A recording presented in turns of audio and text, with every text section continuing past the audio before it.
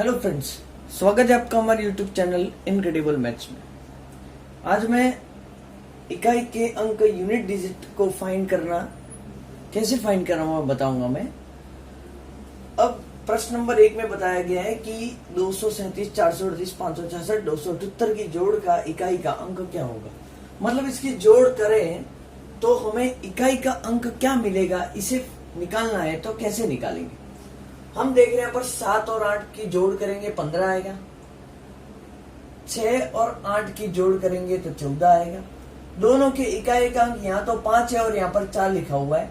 5 4 को जोड़ने पे 9 आएगा, मतलब हमारा इसकी जोड़ का इकाई का अंक होगा 9। अब यहां पर देख रहे हैं कि क्वेश्चन नंबर 2 के अंदर 2378, 4746, 2722, 4723 के गुणे का इकाई का अंक क्या होगा। हम देख रहे हैं यहाँ पर लिखा हुआ है कि यहाँ पर इकाई का अंक 8 है और यहाँ पर 6 है। दोनों का गुणा करने पर हमें मिलता है 48। 48 के इकाई का अंक 8 होगा। अब यहाँ पर लिखा हुआ है 2। इस इकाई के अंक को लास्ट वाले इकाई के अंक से गुणा करेंगे, 8 दूनी 16 प्राप्त होगा।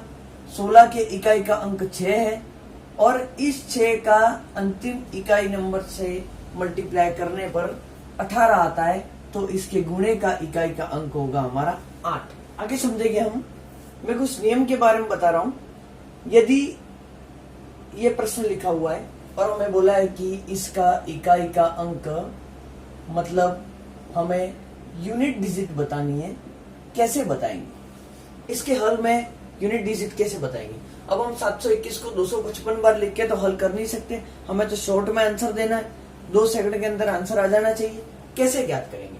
आपको ध्यान रखना है कि यदि कोई भी अंदर नंबर लिखा हुआ है, उसका जो इकाई का अंक है वो 0, 1 और 5 और 6 होगा, तो इसका यूनिट डिजिट भी 0, 1 और 5, 6 ही होगा। हमें ये नियम याद रखना है कि यदि यहाँ पर 0 लिखा हुआ है तो आंसर में भी 0 आएगा, यहाँ पर 1 लिखा हुआ है तो आंसर में भी 1 आएगा, यदि यहाँ पर 5 है तो आंसर में भी 5, यहाँ पर 6 है तो आंसर में भी 6 आएगा। अब मैं बताना चाहूंगा कि इस प्रश्न के अंदर 721 की घात 255, मैंने बताया अभी जस्ट कि यदि इकाई का अंक 1 है तो आंसर में भी इकाई का अंक 1 ही होगा, तो हमारे इस प्रश्न के उत्तर में इकाई का अंक होगा 1। अब यदि मैं यहां पर लिख दूं कि 255 की घात 2471 है, तो बताइए इसमें इकाई का अंक क्या होगा। मैंने बताया अभी कि यदि इकाई का अंक इन चारों में से हो तो इकाई का अंक वही रहेगा। मतलब यदि 5 है तो इसके उत्तर में भी इकाई का अंक 5 ही रहेगा। और अन्य संख्या भी, यदि 6 आ गया तो उत्तर में भी इकाई का अंक 6 रहेगा, यदि 0 आ गया तो उत्तर में भी इकाई का अंक 6 ही रहेगा। जैसे कि यहाँ पर देख लेते हैं 2470 में यदि घात 2478 है तो उत्तर में इकाई का अंक क्या होगा, तो उत्तर में हमें लिखना है इकाई का अंक बराबर 0। यदि इकाई का अंक 0 है तो उत्तर में भी 0 ही रहेगा। आगे बढ़ रहा हूं मैं कि दूसरा नियम बता रहा हूं मैं कि यदि इकाई का अंक 4 है, मैंने यहां पर लिखा है 244 और इसकी घात मैंने लिखी है 166।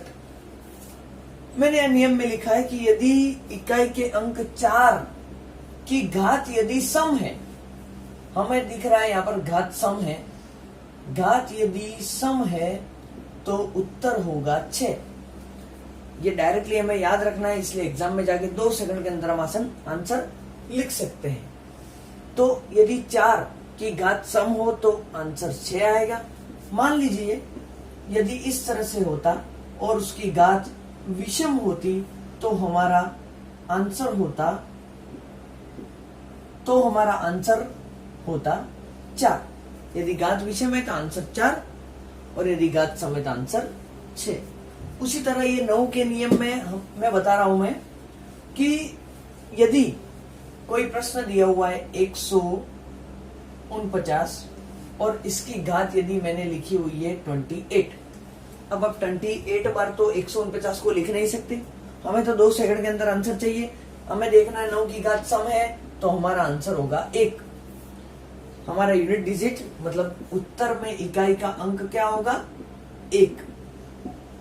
अब यदि उसी 149 की घात यदि आपके पास होती 281, मैंने बताया कि यदि 9 की घात विषम है, यदि 9 की घात विषम है, हम देख रहे हैं यहाँ पर इकाई का अंक 9 है, उसकी घात विषम है, तो हमारा आंसर क्या होगा, आंसर में इकाई का अंक होगा वो 9 ही होगा। आगे बढ़ते हैं। यदि इसके अलावा भी कोई क्वेश्चन आ गया तो हमें किस तरह से उसे सॉल्व करना है वो हम देखेंगे आगे। अगला क्वेश्चन पढ़ते हैं कि अगर ये ट्रिक कहीं काम नहीं करती है, आपको कुछ समझ में नहीं आ रहा है, तो उस क्वेश्चन को डायरेक्टली कैसे सोल्व करना वो मैं यहाँ पे बताना चाहूंगा।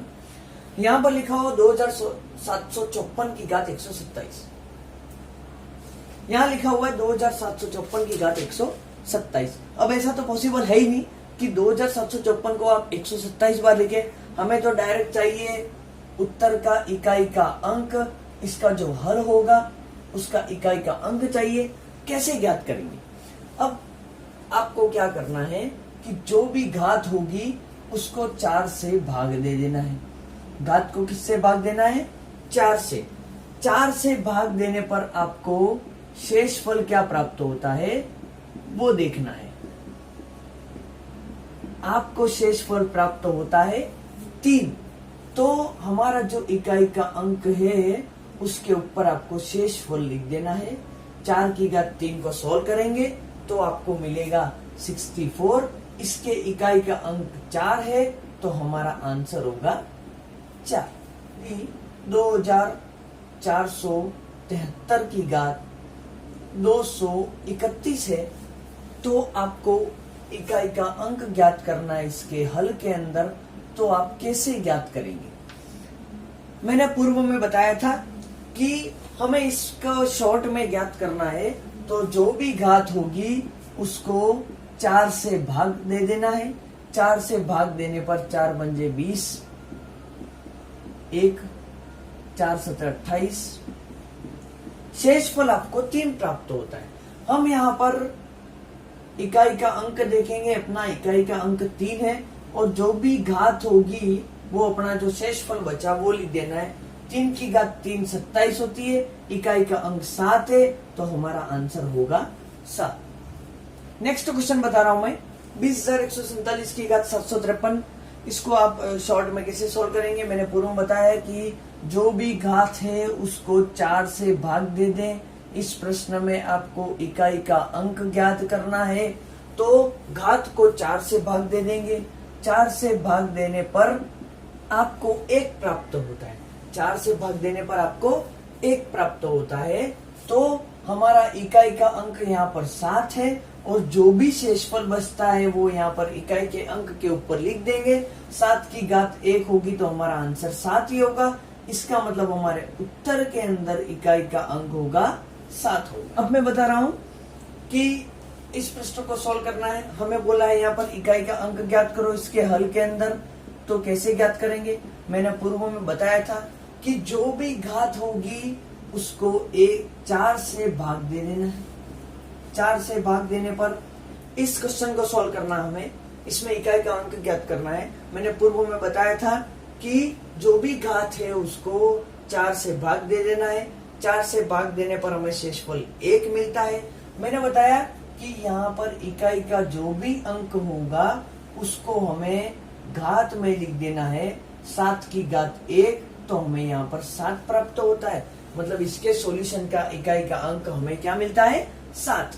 अब हम आगे सॉल्व करेंगे। इसका इकाई का अंक देखने के लिए भी वही प्रोसीजर अपनाना है कि जो भी घात होगी उसको 4 से भाग दे देना है। 4 से भाग देने पर हमें क्या प्राप्त होता है?